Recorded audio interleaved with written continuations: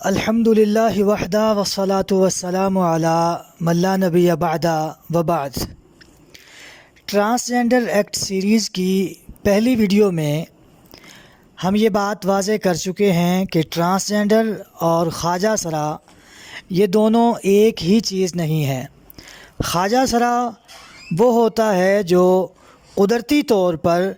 اپنی ماں کے پیٹ سے نامکمل مرد یا نامکمل عورت کی صورت میں پیدا ہوا ہے۔ اس کو عربی میں مخنث کہہ لیا جاتا ہے یا خنثی کہا جاتا ہے، اور اردو میں اس کے لیے خواجہ سرا یا ہجڑے کا لفظ استعمال ہوتا ہے۔ جبکہ ٹرانسجنڈر وہ لوگ ہیں جو اپنی ماں کے پیٹ سے کوئی ایک مکمل جنس لے کے پیدا ہوئے ہیں، مکمل مرد یا مکمل عورت کے طور پہ پیدا ہوئے، اور بعد میں کسی وجہ سے ان کے دل میں یہ سوچ پیدا ہوئی کہ میں اپنی جنس تبدیل کر لوں۔ یہ سوچ پیدا کرنے والی وجہ ان کی کوئی نفسیاتی الجھن ہو سکتی ہے، کوئی نفسیاتی بیماری ہو سکتی ہے، یا معاشرے میں ان کے سامنے کسی کے ساتھ کوئی امتیازی سلوک ہوا ہو تو اس کی وجہ سے بھی اس طرح کی کوئی سوچ پروان چڑھ سکتی ہے۔ اس کا حل ان کے لیے قانون بنانا نہیں، بلکہ ان کا نفسیاتی علاج کروانا ہے کہ ان کے دل میں اس طرح کی جو ایک غلط سوچ نے جنم لیا ہے اس سوچ کا علاج کیا جائے۔ اب سوال یہ ہے کہ اگر ٹرانسجنڈر اور خواجہ سرا ایک نہیں ہیں تو پھر خواجہ سراؤں کے حقوق کے طور پہ جس قانون کو متعارف کروایا جا رہا ہے اس کا نام ٹرانسجنڈر ایکٹ کیوں رکھا گیا؟ کیا ٹرانسجنڈر ایکٹ بنانے والوں کو انگلش نہیں آتی؟ تو اس کا جواب یہ ہے کہ انہیں صرف ایک انگلش اور لوٹ مار، یہ دو ہی تو کام ہیں جو انہیں آتے ہیں۔ دینی معلومات کے حوالے سے تو ہم نے انہیں دیکھا ہوا ہے کہ ان کے پاس دینی معلومات کیا ہیں اور دین سے ان کا کتنا گہرا تعلق ہے۔ ہمارے ملک میں وزیر خارجہ ہو، کوئی وزیر اعلیٰ ہو، وزیر اعظم ہو، یا کسی بھی طرح کا کوئی سیاستدان ہو، اور ہمارے ملک میں موجود جو چوٹی کے وکیل ہیں ان تک ان لوگوں کو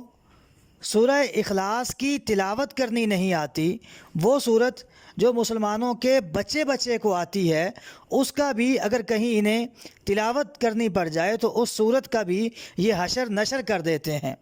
تو جب یہ لوگ انگلش جانتے ہیں، انگلش کا انہیں پتہ ہے، تو پھر جان بوجھ کے انہوں نے ایسا لفظ اس ایکٹ میں کیوں ڈالا؟ وہ اس لیے کہ دراصل یہ خواجہ سراؤں کے حقوق کا تحفظ نہیں چاہتے، بلکہ یہ تحفظ دینا ہی ٹرانسجنڈر کو چاہتے ہیں، ان ہم جنس پرستوں کو تحفظ دینا چاہتے ہیں جو عورت ہو کے عورت سے شادی کرنا چاہتے ہیں یا مرد ہو کے مرد سے شادی کرنا چاہتے ہیں۔ اگر یہ قانون ٹرانسجنڈر کے لیے تھا تو پھر اردو میں اس کا ترجمہ خواجہ سراؤں کے حقوق کا محافظ قانون کیوں کیا جا رہا ہے؟ تو یہ صرف عوام کو دھوکہ دینے کے لیے کہ ہمارے ہاں جو خواجہ سرا موجود ہیں یہ ہم ان کا تحفظ کر رہے ہیں۔ دراصل یہ ان کا تحفظ نہیں ہے، بلکہ یہ ان ذہنی مریضوں کا تحفظ کیا جا رہا ہے جو اللہ رب العزت کی دی ہوئی جنس پہ راضی نہیں ہیں اور اپنی جنس تبدیل کرنا چاہتے ہیں۔ اس وقت پاکستان میں خواجہ سراؤں کا جو لیڈر موجود ہے اس کے بیانات آپ کو سوشل میڈیا پہ، مختلف اخبارات میں اور مختلف نیوز چینلز پہ آپ کو اس کے بیانات یہ مل جائیں گے کہ اس قانون میں جو اپنی جنس خود سے متعین کرنے کا کہا جا رہا ہے یہ دراصل ہمارے حقوق کی حفاظت نہیں ہو رہی، بلکہ یہ تحفظ کسی اور کو دیا جا رہا ہے، اور واقعی یہ خواجہ سراؤں کے حقوق کے تحفظ کی بات بالکل نہیں ہو رہی۔ اگر آپ دیکھیں تو پاکستانی حکومت کے اعداد و شمار کے مطابق پاکستان میں تقریباً 0.02%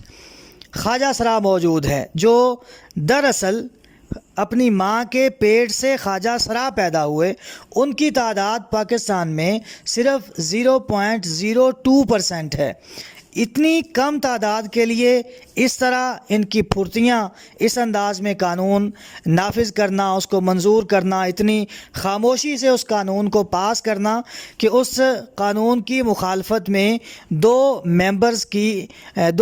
کے بیان موجود تھے، دو ممبرز نے اس قانون کی مخالفت کی تھی، پھر بھی چپ چاپ انداز میں 2018 میں جب اسمبلی کا آخری اجلاس تھا اور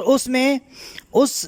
اجلاس کے بھی آخری 2 گھنٹوں میں اس قانون کو پاس کیا گیا تاکہ بعد میں الیکشن کے شور میں یہ قانون دب جائے اور اس پہ کوئی بحث نہ ہو سکے اور نہ ہی اسے کوئی تبدیل کرنے کی کوشش کر سکے۔ یہ لوگ دراصل ٹرانسجنڈر یا ہم جنس پرستوں کے حقوق کو ہی تحفظ دینا چاہتے ہیں اور یہ قانون انہوں نے انہی کے لیے بنایا ہے۔